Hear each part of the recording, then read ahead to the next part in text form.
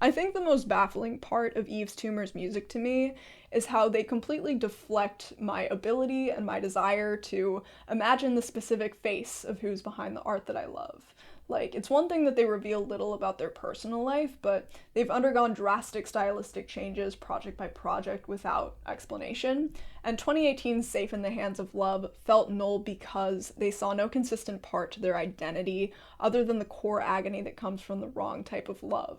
It was a completely internal battle, and it had left and right pivots track by track as well, and even though those inner workings were completely mathematical, it felt like it was wandering instinctually through an indefinite space. The closer sounds like praying mantises are buzzing and attacking it from the top down, while Noid sounds like this flock of agile birds, and Economy of Freedom and Honesty feel more like being trapped inside a steel box as fog machines are going off and multicolor LED lights are bouncing off the walls. Recognizing the Enemy and Lifetime's percussion has these thwacks from all sides. It's utterly gut-wrenching, and these tracks in Licking an Orchid and Hope and Suffering are honestly tough to swallow for how vividly they feel like peak withdrawal directly after tasting someone's touch and maybe subconsciously entertaining the idea of them fixing your world. As you're trying to settle back into numbness for the better of you, but you have to face that in-between hell first and fight that immediate innate desperation for the comfort back so stubbornly it just wears on you.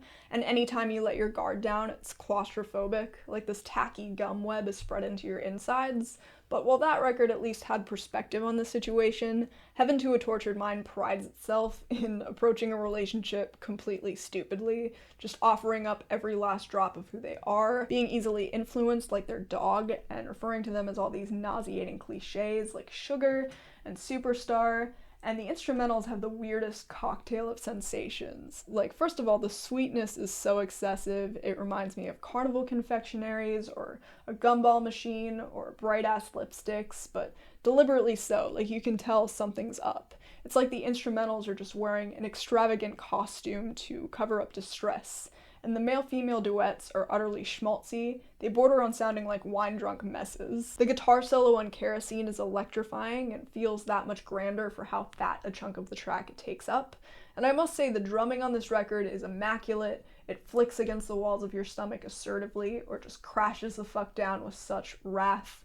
And Gospel for a New Century's horns sound glamorous, but also like they're being forced into their place. And the last note in their loop wails out with affliction. The clarinet towards the end of Identity Trade leaves it with a very bitter aftertaste, and it's frankly pretty impossible to ignore Sean's dehydrated leads on this record. He's really projecting them this time around, and while you could say they help sell the torment, I have to wonder if they needed to convince us of that anymore, and to my ears they're just a bit unflattering. Strawberry Privilege is all floaty, but the acoustic guitars and vocals feel too sickly for it to come across as blissful. And while that feels at home in the record, it also kind of reminds me of being soaked in lukewarm piss. And I don't know if that's enjoyable, necessarily. And anyway, I can't help but think that the instrumental itself could have had something more substantial to it. Like, Kerosene sets up something similar with a watery guitar and a salty ambiance, but it's only by itself in the preliminary to the track, and then it acts as a companion to the guitar solo that eventually comes in, so it's just used in a more gratifying context. And there are bolder moments here. Like, Romanticist begins with a soda sip, it uses all this brightly lit city imagery, it refers to this love interest as a multicolored maze, all of which remind me of how much they make Sean's mouth water, how pure the burn, the rapture is, and then it segues into Dream Palette by unleashing these strands of streamers and vocals and jingly ringlets, and because the record got you so used to strict, defined structure, the lack of restraint to this moment is nothing short of reinvigorating. And then Dream Palette pulls through that slickly as hell with this buzzing bass and upright drum pattern. And the noisier moments on this record, I think, are gunkier and have a more grating crunch than I'm used to from Sean.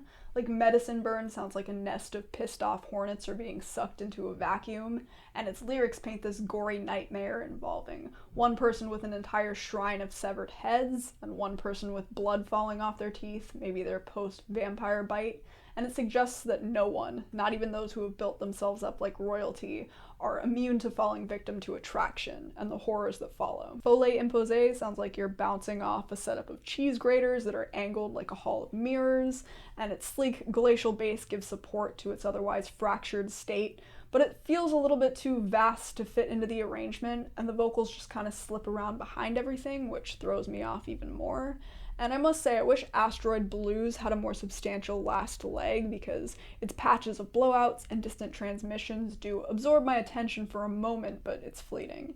And Hasdall and Lights I would only ever want to hear as a passage to the next track, although I guess it keeps the ball rolling effectively, and albeit still well performed and produced, Superstars isn't necessarily like a vital expansion to the record's ideas either, and since it is only 30 minutes, I would like tracks to keep just knocking it out the park one after the other. And ultimately, the more I hear it, the less fulfilling it gets, even though it was ear-pricking at first. So I personally am going to throw a 6 on this thing, but let me know what you think of this record. Tell me how wrong I am in the comments section.